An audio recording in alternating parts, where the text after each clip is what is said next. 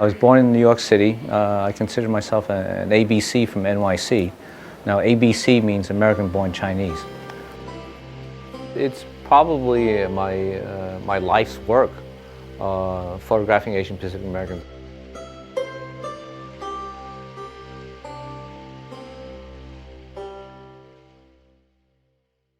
The motivation was to, at least for the general public, if not for Chinese Americans, to see that they are part and parcel of a community. In this case, it was New York City.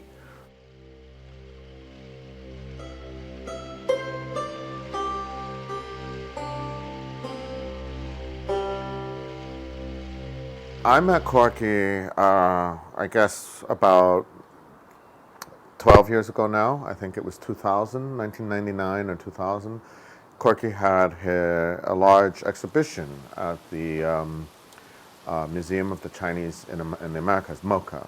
And I was actually, at that time, working very much as a photographer contributing to the New York Times. And one day I received an assignment about this Chinese-American photographer, Corky Lee, and could I go photograph him?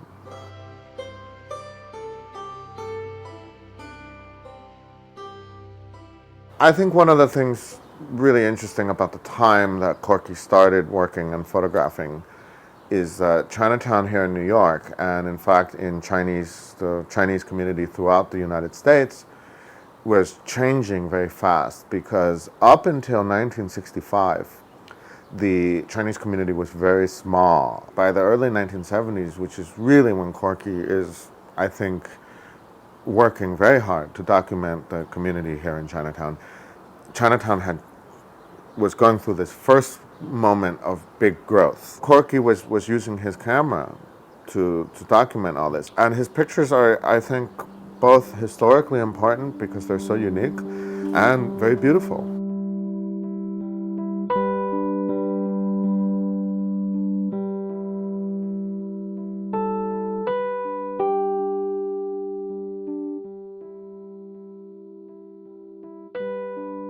I've been photographing Asian Pacific Americans for 40 years now. The seed may have been planted or started to germinate when I was in the lower grade schools, in which I saw a photograph of the completion of the completion of the transcontinental railroad.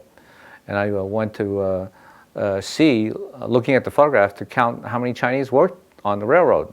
If you read about it in history, and they have a photograph, that they must be there. But when I examined the photograph, I couldn't find a single Chinese. So I said, well, you know, how true is this? So that was a seed that got planted. And I probably didn't pick up my first camera until after I got out of college.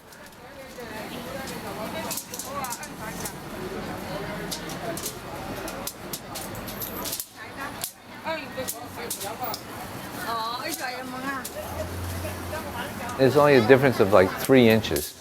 You know, depending on how you measure it, she's 3 inches too short or she's within the 3 inch. It's actually a matter of principle. If something has been there and has not been obstructive for 35 years, why is it obstructive now? I've been trying to introduce her to newspapers and media. She came to a workshop on how to get your news into the news. She's a single mom. She's got 4 kids. She doesn't have any other work or any skills. Why don't you just, you know, give this woman the grandfather clause and let her stay? If she's forced to close, to move the newsstand, or to even build one, she loses the income for that whole week, or if it takes a week, or maybe even longer. As long as she can stay here, then that's fine.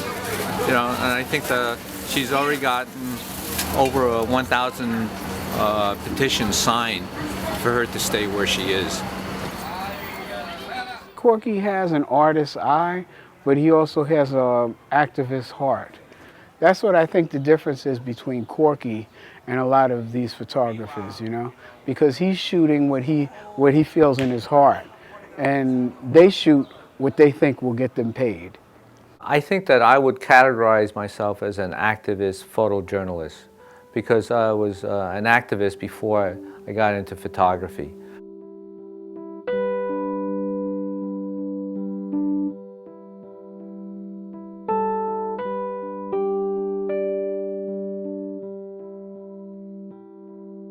I was working for a social service organization dealing with tenant-landlord issues. So that the tenants would organize, in this case mostly Chinese tenants, they would organize by withholding their rent in an escrow account. And as the account grows, it would force the landlord to make the necessary repairs and changes and bring the building up to code. I would take before and after photographs, and after one group of tenants in one building would win a fight, you go to the next one, and all you have to do is organize into a tenant union, withhold the rent, and it'll happen. You feel good about some of these changes that you can bring about through photography and organizing. In 1971, I organized a street fair because we realized there was a lack of preventive medicine in Chinatown. Everything was basically for free. A lot of people thought that we were Huang Bing, you know, little red guards, because we're doing things for free, giving free medical care and so forth. And you know, so we got the label as being communist inspired. And then some people, very conservative people, felt that the Cultural Revolution was moving from China to Chinatown. You know, it was no such thing, but yeah, I understand why people think that. 1975, there was a growing resentment about the way the New York City Police Department was handling issues in the Chinese community. All of Chinatown closed down, marched to City Hall to protest police brutality. And in the process, the police were trying to clear the crowd. They hit and struck one bystander, and I was able to get that photograph. And then that sort of convinced me that, you know, perhaps, you know, my calling is photojournalism.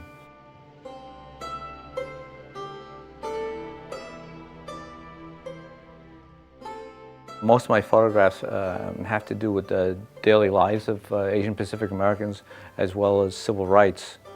I've utilized the photographs in books and magazines, and basically to show that there is an existence of Chinese Americans in this country, and it defies its stereotypes.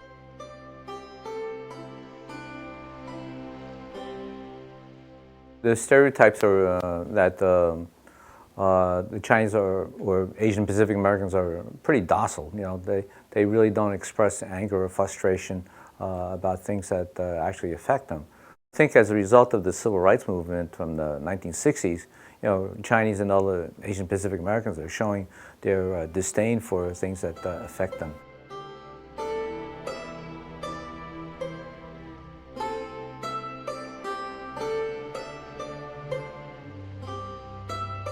I think, you know, ordinary people are probably are the most genuine. I really don't, in my photographs that I exhibit, I really don't show too many, you know, celebrities.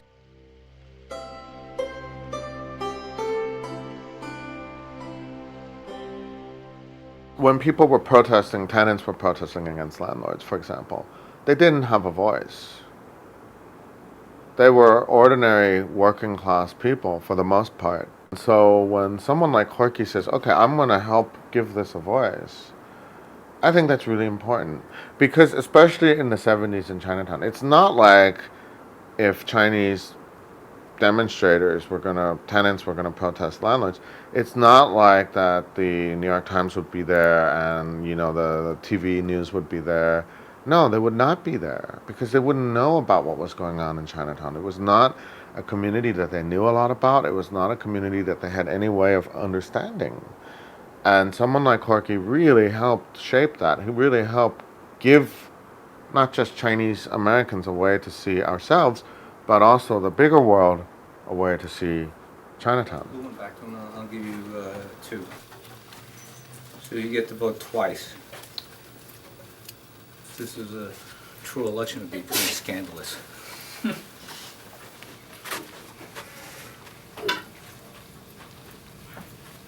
This one, the individuals here are veterans. They were actually Filipino Americans. Okay, during the Second World War, The American government promised Filipinos who fought on their side against the Japanese that they would get veteran benefits and U.S. citizenship. But it took until the first year of the Obama administration, 2009, that they finally got what was promised to them. So this takes place actually at a Philippine Independence Day celebration. So they had basically, it was raining that day. I don't know if you could see some of the raindrops on their jackets and stuff. The way I relate to other Asian cultures and Asian Pacific Americans is I would go to events that they held. It could have been a celebration for India Independence Day or Pakistan Independence Day, the beginning of the Sikh religion. Some of them were parades, and other times there were protests against racial profiling and stuff like that. So I would go to these. Some people always at these events would recognize me. So finally they would ask me, they would think that I'm a member of the press, and I would tell them that I'm photographing and documenting Asian Pacific Americans.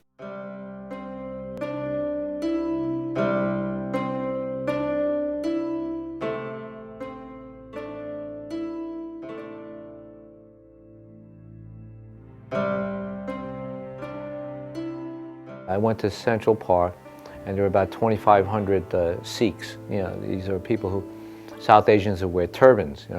They were victimized, immediately after 9/11 because they saw images of Osama bin Laden, and he wore a turban. It was a different type of turban. So there was a lot of racial hatred towards Sikhs. They gathered to say that Sikhs are not terrorists. Sikhs are a different religion. So I took that photograph, and the fellow he wore a turban, and he had an American flag wrapped around him. And it was sort of like he was using the American flag to protect him and his entire community, and said, well, we are patriotic, we are American, don't beat us up. It's an image that is seared in a lot of, South Asian minds that, what happened then could probably happen again. I think that a lot more people, not only in the Asian community, should know who Corky is. I think a lot of people should, because I think that by him setting that example, because I know that it helped me to say, okay, I could do this. There's still a lot more of Chinese in New York City or Chinese in America that I have not photographed. And it'll probably take me my entire lifetime.